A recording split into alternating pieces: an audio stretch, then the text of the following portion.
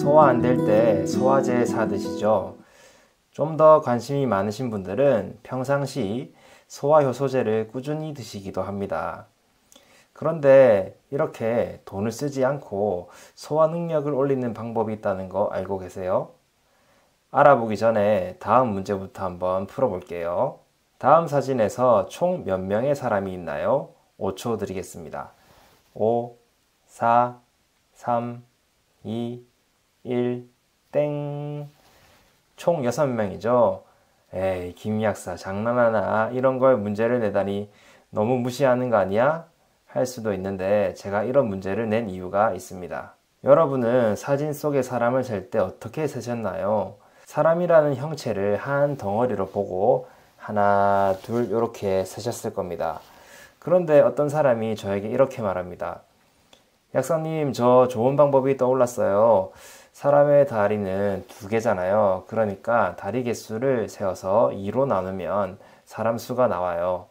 와, 멋진 방법이긴 한데 이 방법은 시간이 걸리고 복잡해 보이죠? 그리고 이런 경우에는 다리만 세라고 해서 다리만 셌는데 강아지 한 마리가 사람 2명이 되는 이상한 결과를 얻게 됩니다. 음식을 소화하는 데 있어서도 이런 문제가 발생하는 경우가 있습니다. 아주 간단한 방법으로 소화를 잘 시킬 수 있는데 이 복잡한 길로 가는 경우죠. 바로 음식을 허겁지겁 급하게 먹는 경우입니다. 또 당연한 소리 하네 김 약사. 하지만 당연한 것이 왜 당연한 것인지 그 이유를 알지 못하면 실천하기가 어렵습니다. 음식을 급하게 먹으면 왜 안 되는지, 바꿔 말해 음식을 천천히 먹어야 하는 이유에 대해서 누가 물어보면 속 시원하게 대답할 수 있도록 한번 알아보도록 하겠습니다. 음식을 천천히 먹는다는 의미는 무엇일까요? 천천히를 어떻게 바라보느냐에 따라 관점이 달라집니다. 숟가락질, 젓가락질을 시간을 들여서 천천히 하느냐, 보기에 따라서는 이것도 천천히 먹는다고 볼 수 있죠. 하지만 제가 강조하고 싶은 부분은 음식이 입 안으로 들어왔을 때입니다. 음식을 잘게 쪼개는 행동인 씹는 행위, 여기에 시간을 많이 들이는 것을 음식을 천천히 먹는다로 생각해 보고 싶어요. 소화는 위나 소장이 다 할 것 같지만 사실 음식이 입으로 들어오는 순간부터 소화가 시작이 됩니다. 음식을 씹는 행동은 유일하게 우리가 조절할 수 있는 소화 방법인데요. 왜냐하면 우리가 소화가 나와라 얍 한다고 해서 소화액이 막 뿜어 나오지 않잖아요.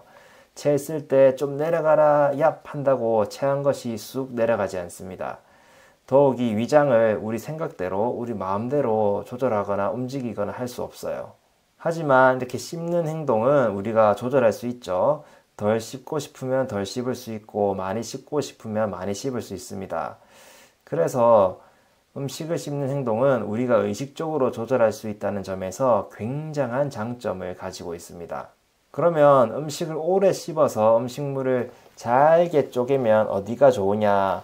바로 입 아래에 있는 여러 소화기관이 받는 부담이 급격히 줄어듭니다. 그 이유는 각종 소화액을 음식물에 잘 적실 수 있기 때문인데요. 지금부터 제 손을 보세요.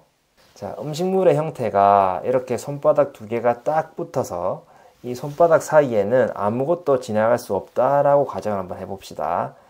이 상태로 물속에 담근다고 생각해 볼게요. 그러면 어디에 물이 젖을까요? 아마 이렇게 손등, 양쪽 손등과 이 손 끝부분에 물이 젖을 겁니다. 그런데 음식물을 몇 번 씹어서 손바닥 2개가 떨어지게 만들고 이것을 물속에 담근다면 이제 어디에 물이 젖을까요? 아까 포함한 양쪽 손등은 물론 이 손바닥까지 젖습니다. 여기에 더 나아가서 음식물을 더 씹어서 잘게 쪼갠다고 생각을 하고 이 손가락 사이를 벌려보면은 이 상태에서 물을 담그면 당연히 손가락 사이사이에도 이제 물이 젖게 되겠죠. 이렇게 음식물을 씹으면 씹을수록 음식물이 소화액에 닿는 부분이 넓어집니다. 이것을 표면적이 넓어진다고 하는데 이런 상태가 되면 정말로 소화가 쉬워집니다. 왜냐하면 소화액이 음식물에 닿는 부분이 넓어지니까 소화액이 작용할 수 있는 부위가 넓어지기 때문이죠. 그래서 음식을 입에서 오래 씹게 되면은 돈 안 들이고 소화력을 높일 수 있게 되는 겁니다. 하지만 급하게 먹는다면 위장에서 소장에서 음식을 쪼물딱 부수는데 힘이 더 들고 그 다음에 소화액이 닿는 부위도 천천히 넓어지기 때문에 소화가 힘들어지죠. 소화를 위해서 해야 할 일이 불필요하게 많아집니다. 아까 사람 셀 때 다리를 세는 것과 같이 말이죠. 그래서 우리가 의지로 조절할 수 있는 이 입에서의 소화가 정말 중요한 겁니다. 시작이 반이라는 말이 있죠. 소화에서도 마찬가지입니다. 소화를 시작하는 부분인 입에서 오래 씹을수록 소화에 많은 도움이 됩니다. 김 약사, 그런데 내가 오래 씹으려고 해봤는데 그냥 목구멍으로 넘어가던데? 이렇게 말씀하시는 분이 있는데요. 이럴 때는 입안에 넣은 음식의 양을 줄여보시는 것을 추천드립니다. 음식의 양이 많게 되면 나도 모르게 혀가 막 움직이면서 음식을 섞는 과정에서 목구멍으로 덜 씹은 음식이 이렇게 넘어갈 수가 있습니다. 그럴 때는 한 번에 입안에 넣는 음식을 줄여주시면 충분히 씹어서 삼킬 수 있습니다. 그런데 김 약사, 바쁘다 바빠 현대사회에서 어떻게 천천히 먹나 빨리 먹어야지 하시는 분도 있습니다. 그럴 때는 음식의 양을 줄이시는 방법을 한번 생각을 해보세요. 천천히 먹게 되면 배가 고플 거라고 생각이 들지만 오히려 포만감이 듭니다.